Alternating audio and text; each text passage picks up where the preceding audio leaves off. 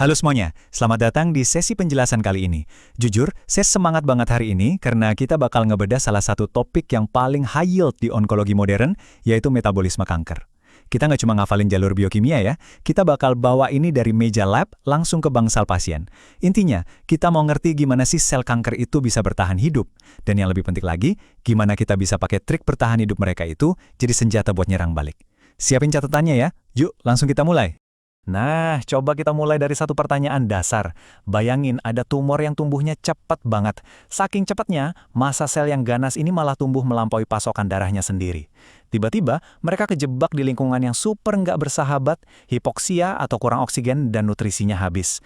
Terus gimana caranya mereka bisa beradaptasi dan tetap hidup dari krisis ini? Jawaban dari dilema biologi inilah yang bakal jadi inti dari obrolan kita hari ini. Biar gampang, ini peta jalan kita.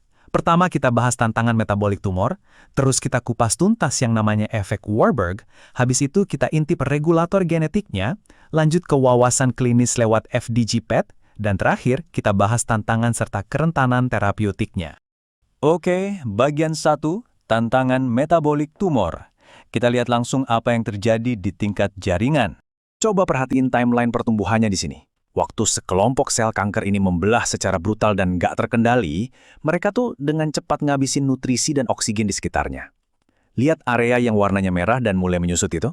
Itu tandanya oksigen udah ludes. Penurunan drastis ini langsung memicu kondisi yang kita sebut stres metabolik. Nah, biar nggak mati, tumor ini dipaksa putar otak buat adaptasi.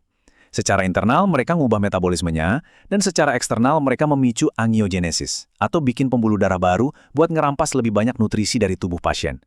Benar-benar pertarungan hidup dan mati yang brutal banget. Lanjut ke bagian 2, mengupas efek Warburg.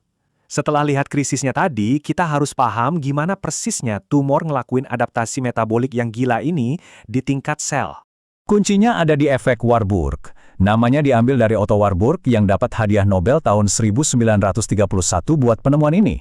Gini, sel normal itu kan biasanya pakai oksigen buat ngehasilin energi secara efisien di dalam mitokondria, ya kan? Tapi sel kanker, mereka beda. Mereka beralih secara drastis ke jalur glikolisis. Padahal, glikolisis itu jauh lebih nggak efisien buat ngehasilin ATP. Dan yang bikin geleng-geleng kepala, mereka tetap melakukan ini walaupun oksigennya lagi melimpah. Fenomena aneh inilah yang kita sebut glikolisis aerobik. Nah, biar kebayang, lihat perbandingannya di sini. Di sebelah kiri, sel normal punya mitokondria yang kerjanya persis kayak pembangkit listrik tradisional, ngasilin banyak banget energi. Tapi di kanan, di sel kanker, mitokondria ini seolah-olah diturunin fungsinya kayak dimatiin gitu. Kenapa mereka milih jalan yang nggak efisien ini? Bayangin aja gini, sel kanker itu nggak cuma butuh energi, mereka itu lagi ngebangun pasukan. Jadi, mereka ngubah mitokondrianya dari pembangkit listrik jadi semacam pabrik batu bata. Glikolisis yang ditingkatin ini ngehasilin zat antara biosintetik, ya ibaratnya batu bata penyusun kayak nukleotida dan lipid, yang mutlak dibutuhin buat bikin sel-sel baru dengan super cepat.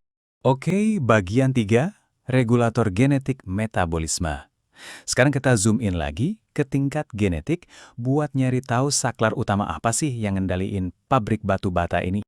Paling gampang kita pakai analogi mobil. Metabolisme sel itu dikendaliin sama pedal gas dan rem. Di baris atas tabel ini, kita punya onkogen kayak RAS, AK, MAC, PI3K, sama HIF1. Ini tuh pedal gas metabolismenya.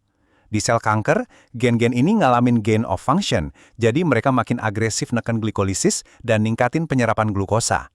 Terus di baris bawah ada gen penekan tumor, contohnya P53 dan PTEN. Ini adalah rem, yang tugas aslinya memperlambat glikolisis. Tapi sayangnya, pas sel berubah jadi kanker, gen-gen ini malah ngalamin loss of function. Jadi kebayangkan, pedal gasnya diinjek pol-polan, remnya blong. Terus apa efek dari pedal gas yang diinjak pol tadi? Saklar genetik ini langsung ngubah mesin di dalam sel. Spesifiknya, mereka ningkatin ekspresi enzim hexokinase I dan II, terus memperbanyak pintu masuk buat glukosa, yaitu transporter GLUT1 dan GLUT3 di membran sel. Hasilnya, sel kanker jadi punya nafsu makan glukosa yang rakus banget. Oh ya, ada juga peningkatan drastis enzim LDIA, yang tugasnya ngubah pirufat jadi asam laktat. Nah, tolong ingat-ingat soal asam laktat ini ya, karena kita bakal bahas ini lagi bentar lagi. Masuk ke bagian 4, wawasan klinis, pemindahan FDG PET. Kita balik lagi dari mikroskop ke bangsal pasien.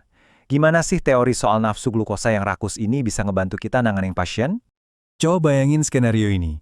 Ada pasien onkologi kalian yang mau di-scan PET.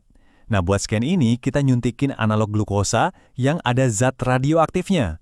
Namanya 18-fluorodeoksiglukosa atau FDG. Di sini, kita tuh secara cerdik ngeksploitasi rasa laparnya si tumor terhadap glukosa. Kenapa? Karena tumor itu nggak bisa ngebedain mana glukosa asli dan mana FDG radioaktif yang baru aja kita suntikin. Kita urut biokimianya ya. Langkah pertama, FDG ditarik masuk besar-besaran ke dalam sel kanker lewat reseptor GLUT yang jumlahnya udah berlipat ganda tadi.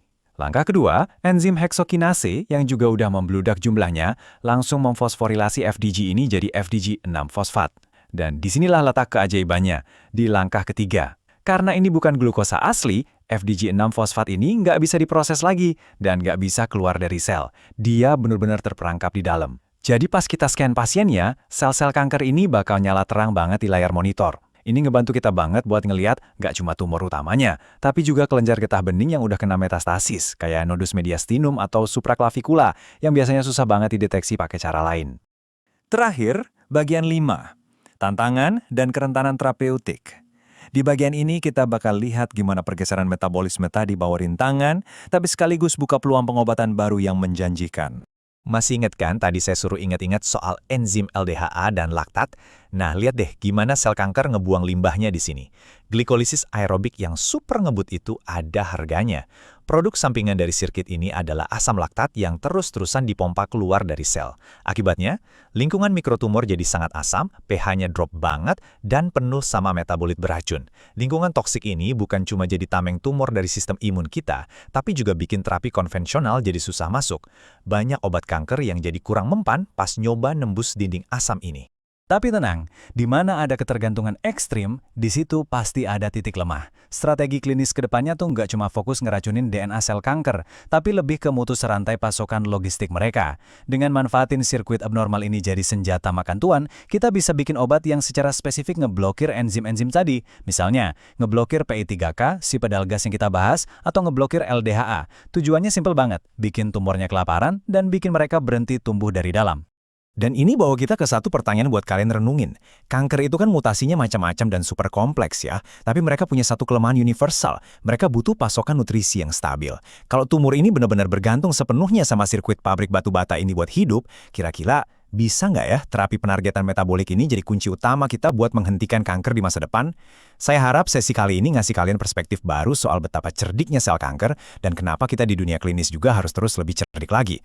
Terus belajar, terus kritis, dan sampai jumpa di sesi penjelasan berikutnya.